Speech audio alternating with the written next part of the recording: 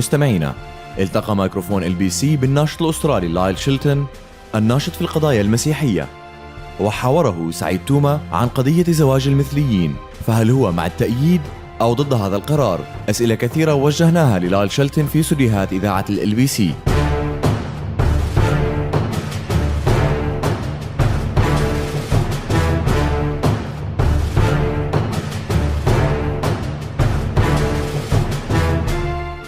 Good evening, ladies and gentlemen. Today with us is Mr. Lyle Shelton, a lobbyist on many Christian issues. He served as a Chief of Staff of the Australian Christian Lobby for 6 years and was appointed as Managing Director in May 2013.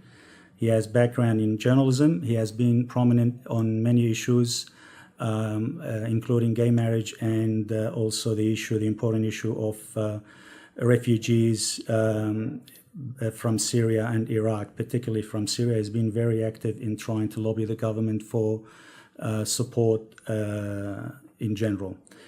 Lyle, welcome to Melbourne. Fantastic to be with you, Saeed. Lyle, you've been very active throughout your career, but I feel that this particular issue is of great importance to you, which is the bill for same-sex marriage recognition legal in Australia. Please, if you could explain to our listeners your views on same-sex marriage for the benefit of our listeners. Yeah, thanks, Saeed. This is a very big issue at the moment. It's been taking up a lot of our political time, and it's an issue which is going to fundamentally change Australia in very big ways with big consequences. And I've been concerned that a lot of the discussion has just been around the love of two people, but we haven't discussed how taking gender out of marriage then flows through to other areas of society, like taking gender out of parenting. If you have genderless marriage, you have to have genderless parenting, and that means children missing out on their mum and a dad. Now, sometimes kids miss out because of tragedy or desertion, but they shouldn't miss out because of government policy, and that's where same-sex marriage takes us. It also means our children being taught genderless sex education in schools, like the so-called Safe Schools program, which has started to find its way in. So there's a lot of big changes that come as a result of this, and we need to think a little bit harder about what might happen if we change the definition of marriage in law. So would you consider this to be against the rules of nature if the gender of both parents is important to the child? And how does the child perceive this gender in his interaction with the parents? Yeah, that's a good question. It's a key question. I mean, biologically, and this is not a statement of animus or hate towards any group. It's just a reality that two people of the same gender can't produce a child. And I know that deep within the heart of every child is a desire to know where they came from, their ancestry, who their mother and father is, and to experience the love of their mother and father. Now, that doesn't mean that two men can't love a baby. Of course they can, but two men can't be a mother and a father. Two women can't be the mother and a father that a child seeks. And I don't think we should create public policy that deliberately causes a child to miss out.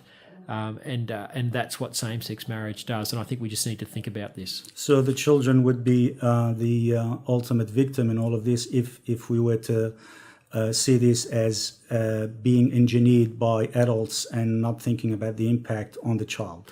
That's exactly right, Saeed, because what it means is that you have to have assisted reproductive technology. You have to have sperm or women's eggs from outside of the relationship come into that relationship to allow that child to be conceived, and so that child misses out. Now, sometimes children miss out because of a marriage breakdown or various circumstances, and I think we all recognise that's a tragedy, but to deliberately create that through public policy, I think that is the essence of the injustice of same-sex marriage. Lyle, how do you see this issue going to impact our Arabic community in Australia in general? Look, I'm someone who really values the contribution of immigrants to Australia, and the Arabic community plays an important role in Australian society. They've been great contributors. And I know that your community across the different faiths that are present in the Arabic community value family and marriage, and they have millennia-old tradition of valuing the importance of mothering and fathering in the context of marriage. And I think it will be a big shock to these communities who have these rich cultural traditions and are probably wondering why Western peoples who have a Christian tradition are walking away from these values. I think that would probably be quite mysterious to many in your communities. Lyle, do you see the passage of this bill in Parliament, if it were to be passed by Parliament? Do you see it as a problematic future problem or lasting problem for the fabric of society, if there is any impact?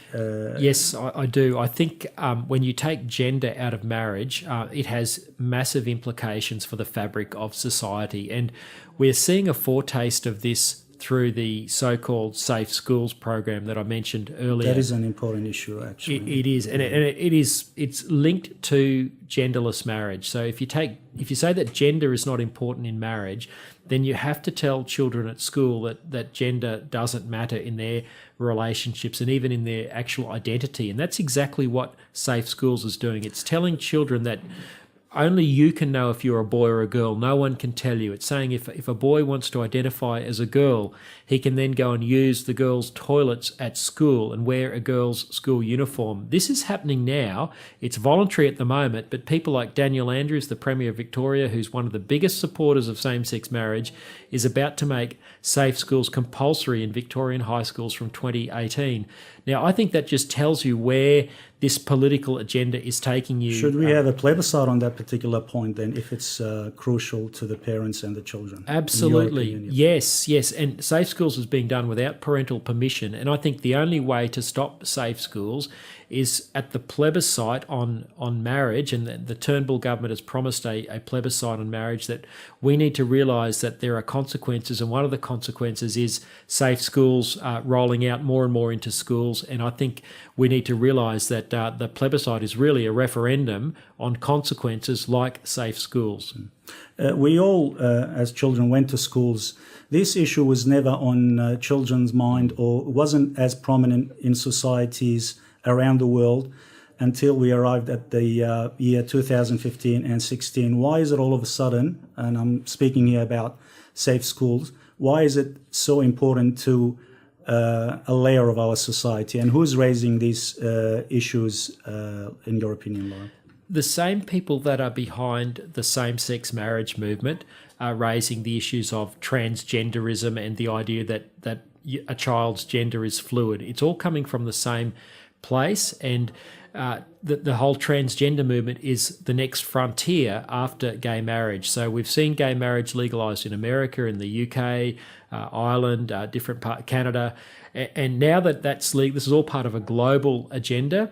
And the Australian activists have probably got a little bit ahead of themselves and started rolling out safe schools, thinking that gay marriage is inevitable here. And now people are starting to wake up and realise, hang on, this is a package deal. It's part of the same political movement under the rainbow flag, and it wants to change the way our children think about themselves. It confuses them about whether they are boys or girls, and introduces very confusing thoughts at a young age, which can set children on a path towards changing their gender, doing things to their bodies which they might regret later in life. And in fact, research shows that many people do regret it. So they're not told this at their safe schools. And so this is something we need to really, as I say, think about and look at what's going on. As a parent and future grandparent, should I be concerned, or should I be involved in this issue, and should I have a say in safe school programs compulsorily enforced by the Victorian government, for example? And what can I do as a parent to force my school to be more transparent? That's an excellent question, Syed. And This is something which has been done in secret without parents knowing.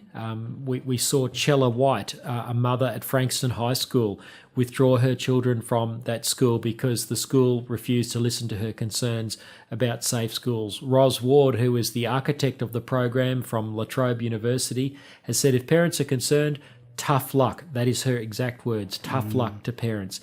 And as we've said, Daniel Andrews is making this compulsory from 2018. Every parent in Australia and in Victoria should be complaining to their local state member of parliament about this program and demanding that the government abolish this program and at least let the parents have the say as to whether their children are exposed to it. But the trouble is this is now so deeply ingrained, it's very, very hard to get out. But I think we can stop it if enough parents use parent power and speak up. Lyle, going back to the gay marriage recognition issue in Australia, in your opinion, what is the degree of division within the Australian community on this bill, and what we see transpire now in Parliament at the moment? Is it a reflection of this division, or is it pure politics played by all parties simply for votes? Look, when people are asked by a polling company who rings up, conducting an opinion poll, many people will just say, yes, I support gay marriage. I think a lot of people are intimidated. They don't want to be seen as a bigot or a hater. And so it's just easier to say yes to the pollster. So you get polls that say anywhere between 59% and maybe 70% support gay marriage. But when you actually start to drill down to the consequences, and it was interesting at the federal election, the ABC's Vote Compass website asked people their views on this, and it showed a high percentage in favour of gay marriage, about 59%. But when you said, should there be transgender sex education in schools, the support dropped back to 36%. So when people realise the rainbow consequences, the support for gay marriage, the support for these sort of agendas drops away. And we think if people really were able to join the dots with the consequences of rainbow politics, the support for gay marriage drops away. So I don't think we'll really know properly until we have a people's vote or a plebiscite that Malcolm Turnbull has promised. So would you consider this issue to be, at the moment, especially by the activists who are pro this bill, do you see a rush without a proper study for the future? For example, what's the impact on clergy of our Arabic community, for example, if a gay couple were to approach any clergy from any background or any religion background to wed them, whether at the mosque or whether at the church, would this clergymen be able to say no to such thing despite the contradiction to their doctrine? Or would the government allow them to say no, or would that be enforced as a result of passing this bill in the future?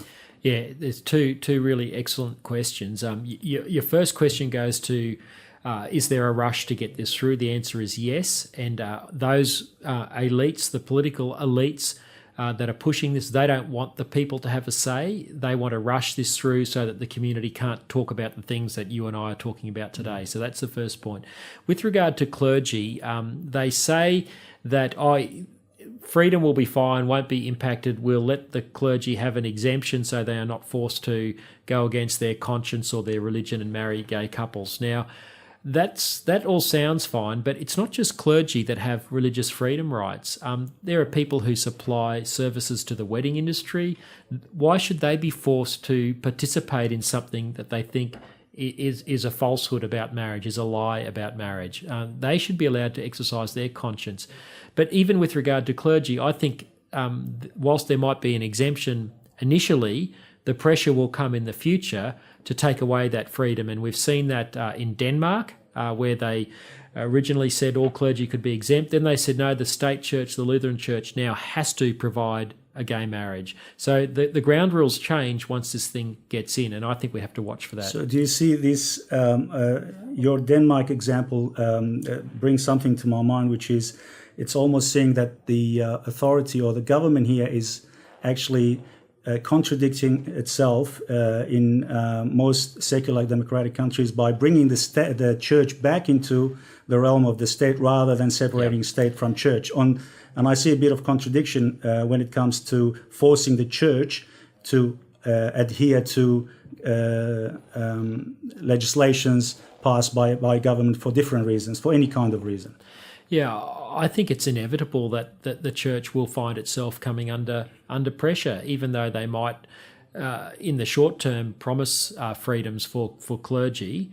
But once you make such a big change in law, that affects the culture. And if the basis of that change is we have to not discriminate, and this is all about equality, and then you let a certain section of society, whether it's the mosque or the church, discriminate, that's not going to stand in the long term, and the pressure will come to take away those freedoms. And we're already seeing that here. Even Daniel Andrews in Victoria is taking away the freedom of Christian and Islamic schools right now to employ staff who share their ethos. So you can't positively discriminate in favour of a Muslim teacher or a Christian teacher in your Christian or Islamic school. Now that's taking away freedom. I mean, Daniel Andrews isn't expected to employ members of the Liberal Party in his Labor government. He's allowed to discriminate. We should be allowed to discriminate in favour of people who support what it is we're on about, whether it's at our school or our church or our mosque.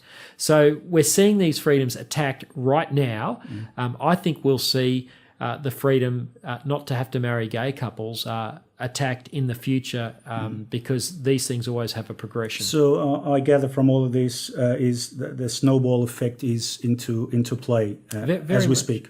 It's happening now in regard to schools. I think it'll happen in regard to clergy if gay marriage is ever legislated. Lyle, there has been recently documented attempts, gagging and threats by pro-gay activists in Australia.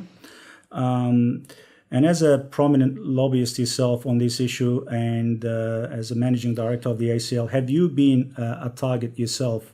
And if you could elaborate on what's happening to you personally on this issue, and do you see this as a threat to free speech in Australia?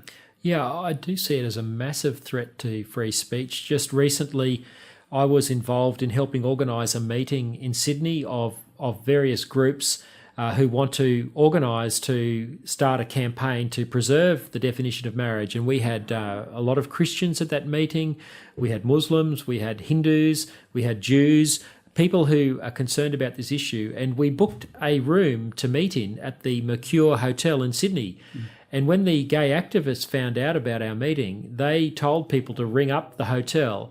And many of those phone calls threatened physical violence against the staff of that hotel. And that so intimidated the staff and the hotel management that they asked us if we would change our booking to another venue. And we ended up having to go and meet in secret. Now, I'm an Australian and obviously I welcome the Arabic communities joining our nation. I know you've come here because it's a place of freedom. I never expected when I was growing up that I would have to take part in a secret meeting on an issue as basic as what we believe about marriage. This is where we've come from. This is an intolerant agenda that doesn't believe in freedom. So do you see these acts or desperate acts by some activists? Obviously, we can't generalize on all activists. However, do you see it as being perhaps that they're not able to reach out to all Australians and they see that there might be some danger in failing to get this issue approved by or voted on positively from their point of view by the Australian people? I think you've put your finger on the issue, Syed. They are worried that if the Australian people had the opportunity to vote, it might not go their way. And they are very worried about that, and so they are trying to close down the debate. Now, this is not democratic. In a democratic society, if any of us want to propose a change, we have to convince our fellow Australians that this is a change worth making. If we are not even allowed to have the debate, then we shouldn't be making the change as a people. And I think people looking at this debate, seeing that the other side doesn't want even discussion about the consequences, they just want to get this through, well, I think that should make all of us very suspicious about what their real agenda is. Lyle, we are not trying to engineer people's relations, whether at home, whether in openly in society. People are free to choose as they are living in a free country. However, how do you see, and I'm separating both issues, I'm sure yourself and everybody who is responsible would differentiate between the freedom of choosing how to live one's life and between officially and pressuring the government to approve, to alter the changes to the institution that is marriage in Australia. Yeah, in Australia, people are free to live their lives however they like. Now, we don't all have to agree with each other about the lifestyles we all choose. But when it comes to the issue of marriage, we've got a small segment of the community, 2 or 3% of the community, saying we want to change the definition of society's most basic institution, and that is the institution of the family, mum, dad, and the child, and reshape that in a radical way. Now, people wanting to propose that change should be willing to be tolerant enough to let the rest of us have a say and express our concerns about that. People are free to live however they like. There is no discrimination in Australia against gay people, none whatsoever. But that doesn't mean we should redefine the institution of marriage. Lyle, democratic values are important for us and for every free person in the world to preserve. Do you see, based or in the light of what you've been living and witnessing during your lobbying, have you witnessed a shift in Australia? Have you witnessed a shift towards gagging free speech? And is free speech under threat? Yes, it really is. And I've mentioned the issue of the hotel. That's just but one example. If same-sex marriage is legislated, there will be the ability under our state-based anti-discrimination laws to take people who disagree with gay marriage to anti-discrimination tribunals and human rights tribunals. Already we've started to see this in Tasmania.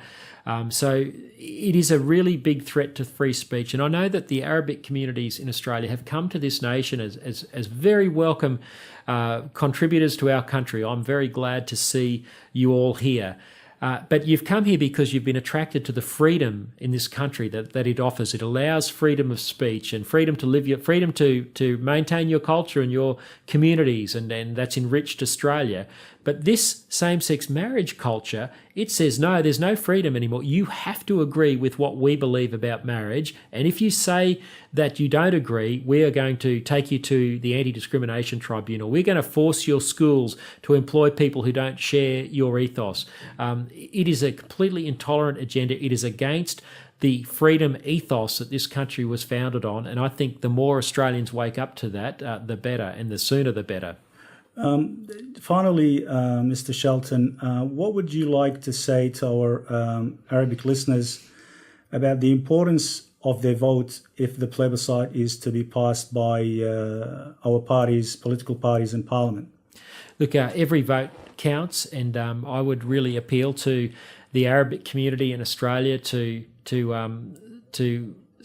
take a strong stand on this issue and to say, no, we value, we have a millennia rich tradition of valuing marriage and family, and this idea of redefining marriage is foreign to your culture, as it should be foreign to our culture. And I think we need to stand up to preserve our freedom, to preserve the rights of our children, not to be told that their gender is fluid, and we should all be out campaigning. This will radically reshape the country that you came to live in with the freedoms that it came to live in. Now is not a time to be silent. I'd encourage you to get involved in the campaign and make sure you vote to preserve marriage when that plebiscite does take place.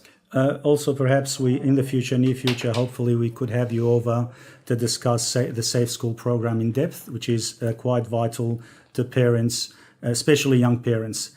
And finally, thank you, Mr. Lyle, and we're very appreciative of your time, and you have shed some light on many important issues, and we leave it now to the democratic process for people to be informing and educating themselves about these issues and the importance of their votes, because every vote will be a vote for the future of their future generations, children and grandchildren. We thank you again. LBC thanks you, and thanks you for your time. Pleasure, Saeed. A privilege to be on LBC today. Thank you. Thank you.